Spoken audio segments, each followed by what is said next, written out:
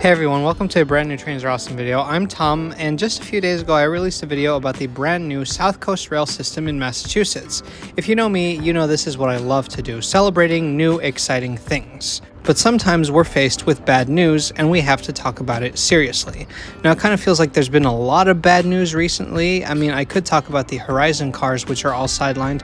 Instead, I want to talk about something bad that could happen to Chicago. I talk a lot about transit in Chicago. I lived there for a year, but through family and friends, it has been a special place to me for much longer than that. And Chicago is in trouble. Public transportation in Chicago is overseen by a state agency known as the Regional Transportation Authority, the RTA. Under the RTA umbrella, there are three agencies: the CTA, which runs urban buses, and the L, PACE, which runs suburban buses, and Metra, which runs commuter rail.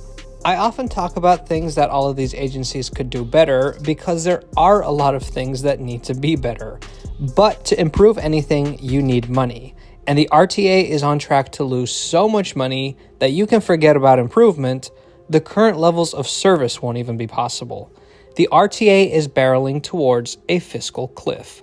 If nothing is done, by January of 2026, public transportation in Chicagoland could be cut by 40%.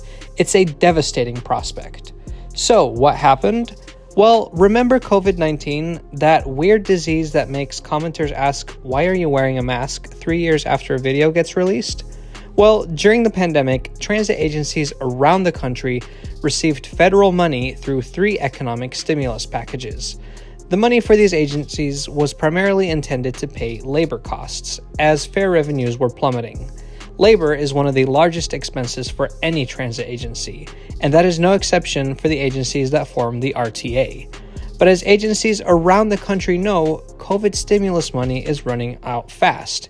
In Chicago, it will all be spent by this coming January.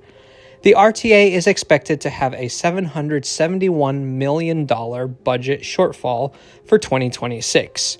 Earlier today, the RTA board had a meeting to discuss this upcoming fiscal cliff. Leaders from each individual transit agency were present at this meeting to discuss what the loss of money will mean for passengers. $771 million is a massive number. The RTA has developed a list of efficiencies that they can implement to save over $113 million. Examples include eliminating the sign-on bonuses that they were using to attract new operators or being stricter on overtime pay.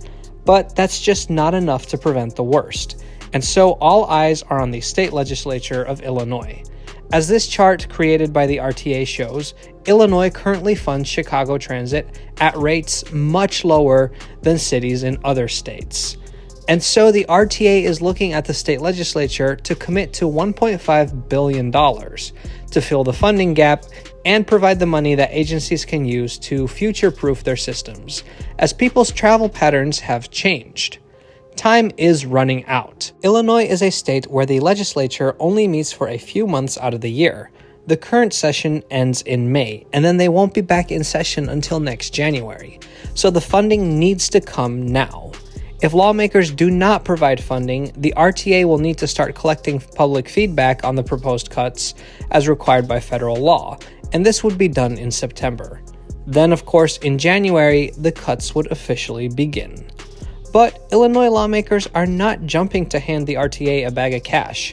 Most politicians in Springfield are displeased with how the RTA has been performing, and they argue that funding must be conditional.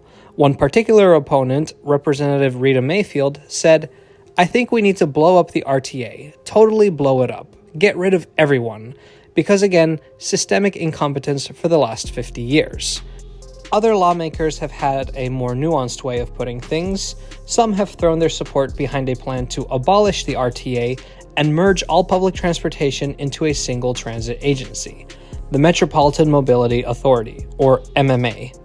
Even Governor Pritzker has said money for public transportation in Chicago is dependent on reforms at the RTA. Got to come to a conclusion here sometime soon with the reforms, and then everybody's got to step up on the funding. So the important question is, what cuts can we expect? Devastating ones. For the CTA, it would mean 74 bus routes would be entirely eliminated. At first I thought, oh, they're eliminating 74, hooray, but no, 74 bus routes. That's 60% of routes, making Chicago's bus network smaller than that of Madison, Wisconsin. 500,000 Chicagoans would suddenly live more than half a mile away from a bus stop. The buses that do run would be overcrowded.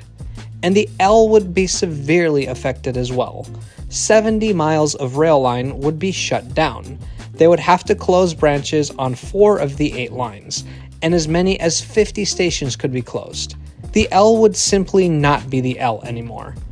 I watched the entire board meeting this morning, and they're not giving specifics of what they would cut because those things are subject to public input. But in this map provided by the CTA, they do show a simulation of what it would look like if they space the remaining bus routes 1 mile apart. However, if the state delivers the money, the CTA could convert almost its entire bus network into a frequent network, run all trains every 6 minutes, and run all the lines for 24 hours. It would be a supercharged CTA that I've never seen before. As for pace, it's looking just as grim. All weekend service could be completely eliminated, with no late night service on 62 routes. Paratransit service would be severely reduced and completely gone on the weekends. However, proper investment would mean that more pulse routes and higher frequencies on almost all routes would be feasible. And finally, Metra. The Electric District Blue Island branch would be completely closed. Service could be cut by 40%. There would be no early morning trains or late evening trains, barely any express service, and on 8 lines, there would only be hourly service, while on the other 3, there would just be 3 weekday rush hour trains. And here's the big problem. Because Metra trains run on freight railroads, if there were to be service cuts, it would take 5 to 10 years to renegotiate slots on these railroads. We'd be feeling the pain for years to come. But more funding would mean Metra could move towards a regional rail model. These are some very exciting developments, but they need the money first. All of these cuts will dramatically impact millions of people living in Chicago and the suburbs, especially those with lower incomes. It will make taking transit almost impossible for hundreds of thousands of people. If you live in this area, whether you drive or take transit, this should concern you. Chicago has the second worst traffic in the US. When the transit alternative falls away, that traffic will only get worse. I am the last person to say that public transportation in Chicago is perfect, and everything should just stay the way it is. Some people don't even like me because of how much I criticize Chicago transit. But I do understand the value that the CTA, PACE, and Metra have for this region. I relied on them every day. Millions of people do. And lawmakers cannot be allowed to play games with the lives of these millions.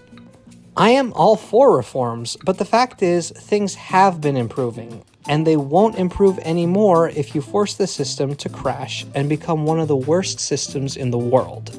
Everyone will suffer, and it will take too long to bounce back, if at all. So, my viewers in Illinois, no matter who you are, contact your representatives. Make your voice heard. We still have time to save transit. Thanks for watching today. We'll see you next time.